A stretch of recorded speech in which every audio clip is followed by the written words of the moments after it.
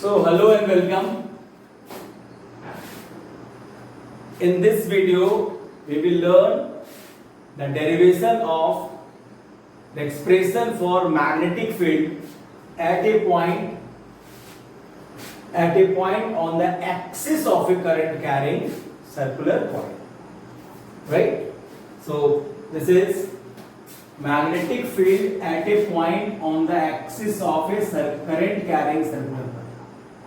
Now this we have a circular coil with current I.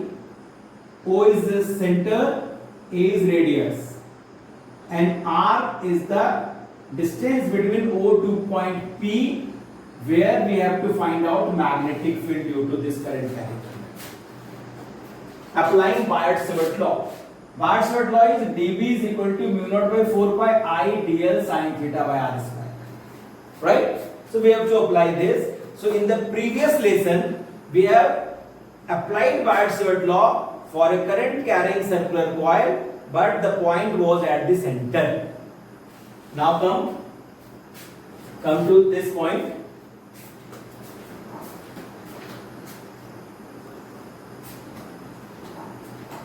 Okay.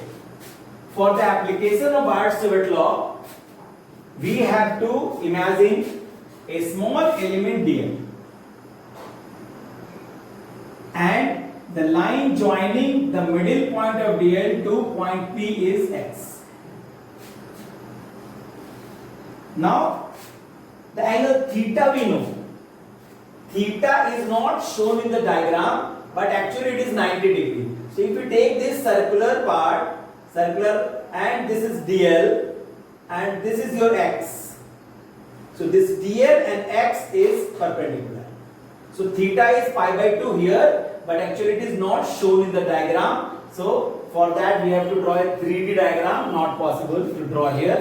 So I am just written it not shown in the figure. So theta is equal to pi by 2 and that is not shown in the figure. So we have now I, dl, theta and r. R is equal to x here. So we can apply this Biot-Savart law very easily. So A is radius, R is distance OP, I is current. Now imagine a current element of length dl. So we have just discussed that one. Now applying Biot-Savart law, we can write dB at P. dB at point P is mu naught by 4 pi I dl sin pi by 2 upon x square. So this is ideal sin theta by r square. So r is actually the distance between this point to point P. Here it is x. Okay. Now sin 90 is equal to 1. So dB is equal to mu naught by 4 pi I dl upon x square. This is equation number 1. And the direction of this dB. Now the most important point. The direction of this dB is perpendicular to the plane of dl and x, and this is the plane. So perpendicular to this is this one. So dl x, this is the plane, and this is the direction of dB. So dB is like this, not like this. So this makes the problem a little bit complex. So dB is like this, perpendicular to the plane of this x and dl. Now if this angle is phi, this angle is between x and a. So if this angle is phi, this is 90 minus phi, because this triangle is a right angle triangle. Now this line and this is perpendicular, so this angle is phi, because this is 90 minus phi. Now again x and dB is perpendicular, so this is phi, so this will be 90 minus phi, and this is perpendicular, and this is 90 minus phi, so this will be phi. Again I am repeating it. The angle between x and a is phi. This is a right angle triangle, so this is 90 minus phi. This is perpendicular to this, so this will be phi, and this is perpendicular to this, so this will be 90 minus phi. This is perpendicular to this, and this is 90 minus phi, so this is phi. So dB is actually making an angle phi to this x-axis. Right? Okay. Now we have to resolve this. When we know the angle, The two components are dB cos phi and dB sin phi. So this dB has two components, dB cos phi in this direction and dB sin phi in this direction. Right? This is very much clear. Now, to consider the whole current carrying conductor, we have to go for different dl, considering the dl along the circumference. So in that we can consider one more dl just opposite to this. Just opposite means diametrically opposite. So this line is the diameter. So one dl is here and one dl is the opposite side of the diameter. So once again we can consider one more dl opposite to this, and the diagram will be just replica. This is x, this will be x, dotted line, and again the magnetic field in the just like the above point we have a dB like this, because perpendicular to this is this, right? So dB, again this is phi and this is 90 minus phi, this will be phi. Again this dB can be resolved into two perpendicular components, one along x axis, that is dB cos phi, one along y axis, that is dB sin phi. Now for these two current elements, you see one dB sin phi is here and one dB sin phi is here. So these two cancel each other. So there is no role of dB sin phi component, and dB cos phi is along this direction for this element also and for this element also. So for these two elements, the 2 dB cos phi we have got in this direction, and then if we consider the next 2 dl opposite to this, or the dB sin phi component cancel each other, and for all dl, for every dl we have a diametrically opposite dl because it's a circle.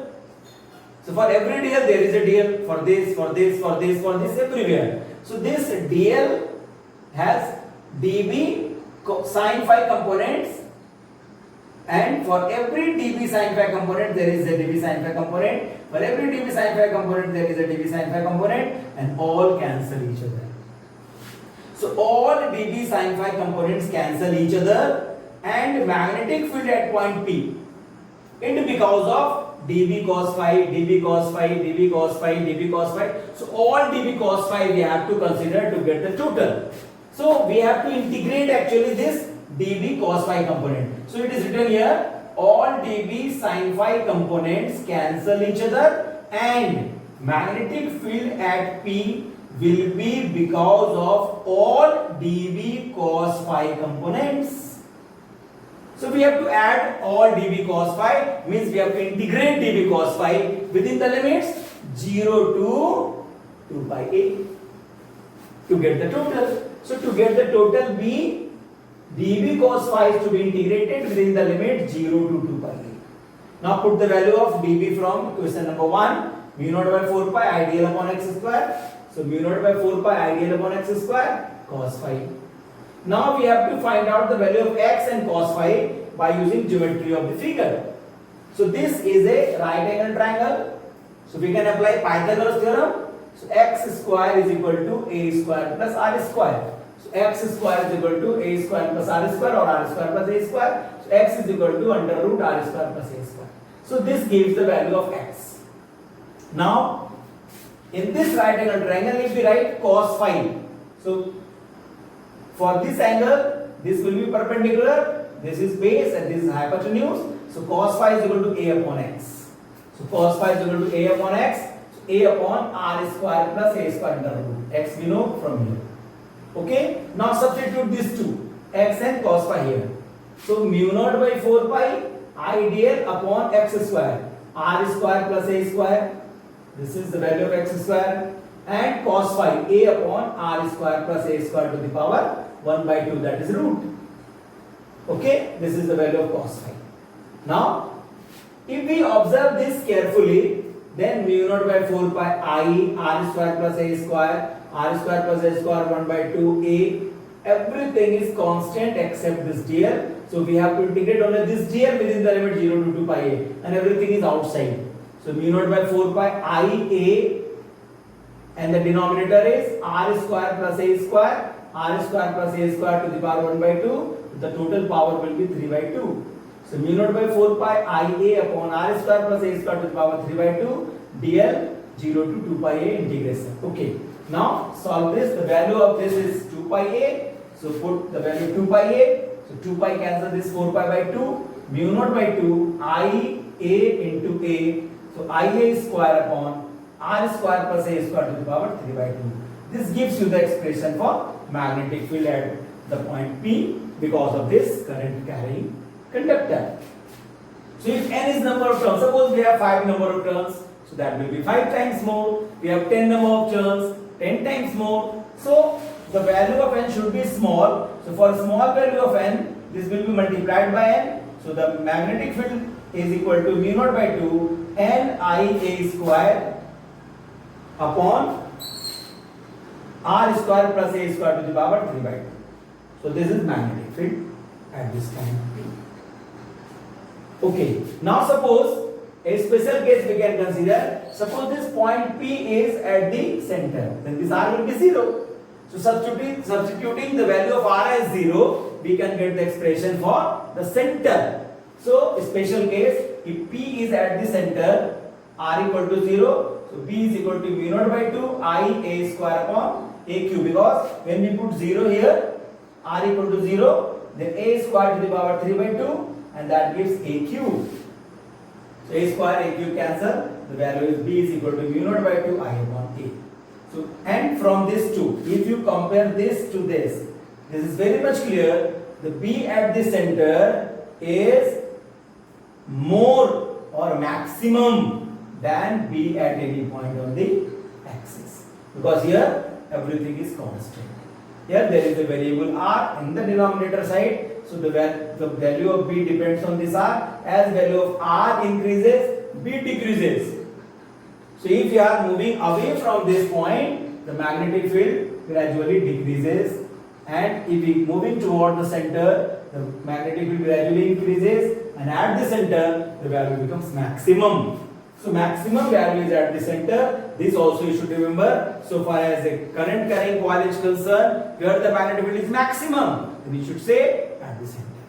Okay? And what about the direction? Direction is perpendicular to the plane of this coil. So either outside or inside, and that will be decided by clock rule. So the direction of magnetic field is perpendicular to the plane of coil. Inward and outward is decided by clock rule. So if we see from here, and the current here it is in anti-clockwise.